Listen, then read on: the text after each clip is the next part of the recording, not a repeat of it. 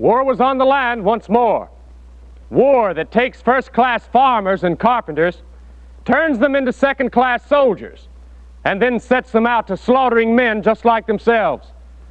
And slaughter we did, from Chancellorsville to Bull Run to Gettysburg and on and on. Nearer to home, the Union had initial victories at Philippi and Clarksburg under General McClellan, while my friend Tom Jackson, now called Stonewall Jackson, was destroying railroads and communication lines in daring midnight raids, while General Albert Jenkins made a mockery of the Union Army in his famous 500-mile raid across the state.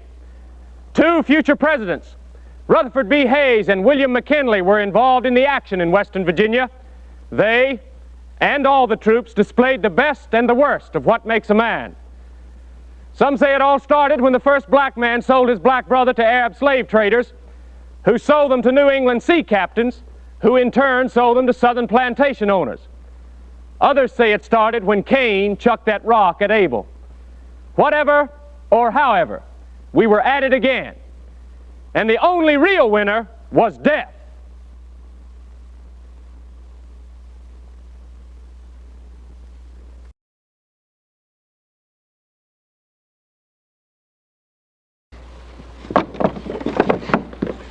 Dave Morgan. Now, you've been hounding me for an hour on this matter, just like the Mexican War, remember? Now, why don't you ease up a bit?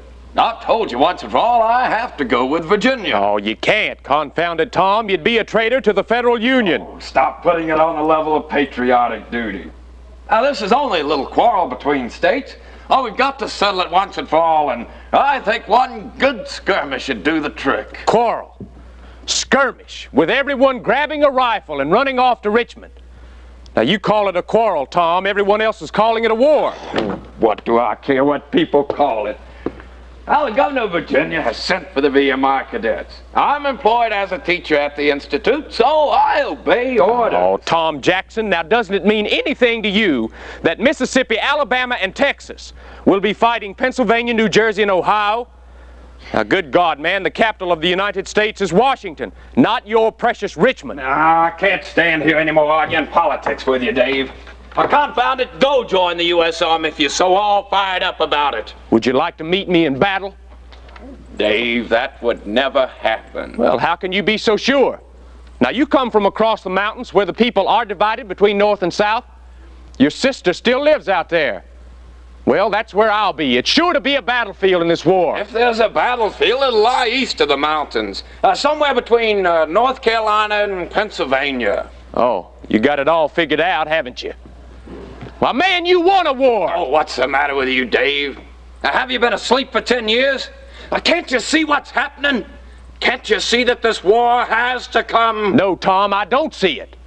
I can see no war has to come when both sides are wrong. Wrong? I'm a Virginian. Don't you understand? My wife is from North Carolina. We are Southerners. And I will fight for the South till hell freezes. There's no other way for me, Dave. I'm sorry. No, you're not sorry, Tom. You're wrong. And you know it in your soul. Now, those reasons might be all right for somebody who doesn't know what war is. But we've seen war, you and I. Now, we know it's terrible, an ugly face. We know how hard it is to stop fighting once you've begun. And yet the Lord saith, there will be wars and rumors of war. Yes, but for reasons, Tom. And there'd better be good reasons. Now, you know when you start fighting, you forget everything except winning. You don't think in the midst of a Holocaust, you only try and survive it. Do you think we'll survive it, Dave? You give me one good reason and I'll stand with you. Now, you say you come from a certain part of the country, that you have orders from higher-ups. For a trained soldier, those are not reasons, Tom. They're just sorry excuses. Oh, listen to me, Dave. As long as the devil stalks this earth, there will be war. Now, once again, the time has come for men to march against evil, to cleanse the land of the works of the devil. Oh, stop that talk, Tom. You don't mean that. It is not a time of peace. It is a time for the sword. And I say there's not any truth in that. And the truth is plain for all to see. Some men will think they need not choose one side or the other, but the time will show how they are wrong. The time has come when every man must join the combat. The Time has come when only the weak will fail, and only a coward will fear to choose.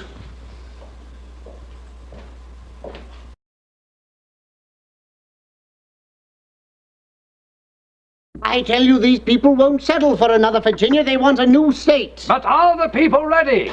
Now we can set up a Virginia government loyal to the Union. But are they ready for a new state? Well, ask these men. Waitman Willie, John Carlo, John Morgan. They represent every part of this country. They'll tell you if this convention must not adjourn without some positive action on a new state. That's right, Mr. Pierpont. Well, I simply don't want to see our land turned into a battlefield. Now, John Morgan, all along this New River country, clear into Charleston, Huntington, Southern sympathy is strong. Well, my people are willing to fight if they have to. But they don't have to. I say, let's maintain a reorganized Virginia government up off here in Wheeling. Sit patiently until this rebellion is finished, without exposing your New River people to war. Then, once it is over, then we can go to work on a new state. Look, all my life I've been dreaming of having our own government here. Why, we'd build towns and develop our natural resources on our own. We will, Mr. Morgan, we will. But when? Look, people are talking all the time about selling their land, bringing in outside interests to mine our coal, tap our oil, pump our gas. Maybe if we make a stand once and for all as a separate state, then everybody would know we mean to build something permanent out here. Well, I'm not opposing you, heaven knows. But this sort of thing is not easy. I mean, we don't know if it's constitutional to set up a new state. We don't even know if the federal government will accept us as a new state. We can send someone to Washington, talk to President Lincoln. Very well, what do we want then? A slave state or a free state? Well, a free state, of course. Now, very well. Now, that means the influx of cheap labor, a whole new economic problem. And what would the boundaries of this new state be, huh? Everything east of the mountains on to the Ohio River, or what? And do we know that our southern counties will join us? Confound it, I say work out these details later. Let's go back to that convention, get a commission to study this thing, and make a report to us in 5 or 6 weeks. Then we can strike where the iron is hot. If we can get a motion on the floor. Now, if I seem overcautious, it's because I see a golden horizon in this western country. Now, reorganized Virginia government may not be the final answer, but at least it is safe for the time being. It is a step forward. Now, if we could settle for that much right now, come in. Well, the convention has chosen as governor of reorganized state of Virginia, Francis Pierpont. Well, there won't be any trouble getting a motion on the floor now. Gentlemen, if we go to work on statehood, it means a final break with Virginia. Up here in Wheeling, we are safe. But our New River country and our southern boundaries will be open to attack by Confederate armies. Many of our young men will die fighting. Well, our grandchildren can look back and be proud. Very well. There can be no turning back. You gentlemen decide on who is going to make the motion. Well, I'd like to hear Mr. Morgan address the convention. Very well. But before we go back, may we have a word of prayer?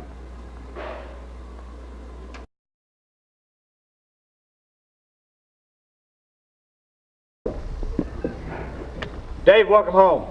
Thank you, Lige. It's good to be home. I've got something here I'd like for you folks to hear. Whitey? Well, thank you, Dave. Let's see here now. Whereas, by the act approved the 31st day of December last, the state of West Virginia was declared to be one of the United States of America. And was admitted into the Union on equal footing with the original states in all respects whatever, upon the condition that certain changes should be duly made in the proposed constitution for that state. And whereas proof of a compliance with that condition, as required by the second section of the act aforesaid, that has been submitted to me. Now, therefore be it known that I, Abraham Lincoln, President of the United States, do hereby in pursuance Oh, Dave, I can't read this gobbledygook. What it means, folks, that old Abe has officially declared us a state. Dave, these folks here kind of got together and elected me to say a few words for them. There's no way to say all the thanks that we feel to the men that brought us this day, especially this here new state. You know, I ain't got the words to let you know how we feel about the Morgans and all they done. And I guess that's just about it for the saying part. Just want you to understand how we all feel. Thank you, Lodge. Thank you all. It was on this land they loved that John and Dealey Morgan died. I'm glad they had a chance to find out about us becoming a new state before they were murdered. My father called that the happiest day of his life. But it's not enough to have a new state. All the blood that's been spent must buy something better than a change of name. We are a new land, a new hope. And as we face the challenge of the future, let us not forget the courage of our past. We have been given this opportunity at a great expense. Let us go on to make this state great. Let us go on to make this nation the world's best hope. We must not fail with this second chance to build a new, a better life for all our people. Our future is in our hands and in the hands of God. It's up to us to make it a future worthy of the sacrifice and dedication of those men who made this day possible. As long as West Virginia has men of courage and vision, as long as mountaineers are free men, there will always be honey in the rock. Glory, glory, hallelujah.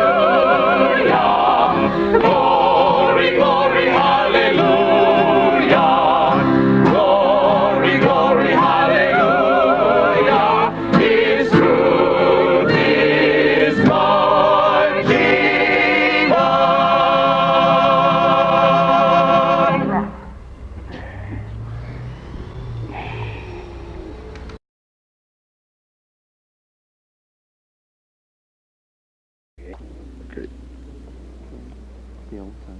Stand by. Oh, looks like the old sun's going behind the mountain.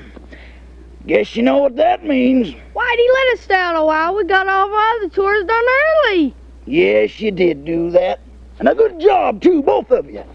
But Marguerite, she's a-waiting for you. Come on, Uncle Whitey, let's play some games. Yeah. Oh, now, I'm too tuckered out to do that. I can't keep up with you two. Are you too tired to tell us a story? Well, I guess I could manage that. What story would you like to hear? About the Indians. Honey in the Rock? Why, you heard that story 100 times. Please, Whitey. Tell us about the fire, please. Oh, all right.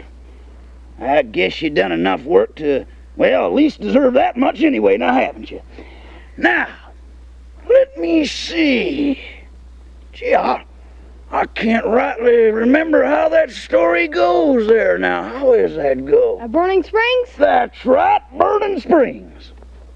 Now, how did you like that story? It was really good. Yeah, but scary. Scary?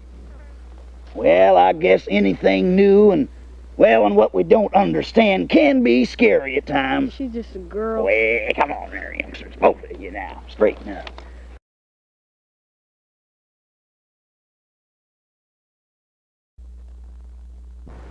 All right, rolling. Let's go.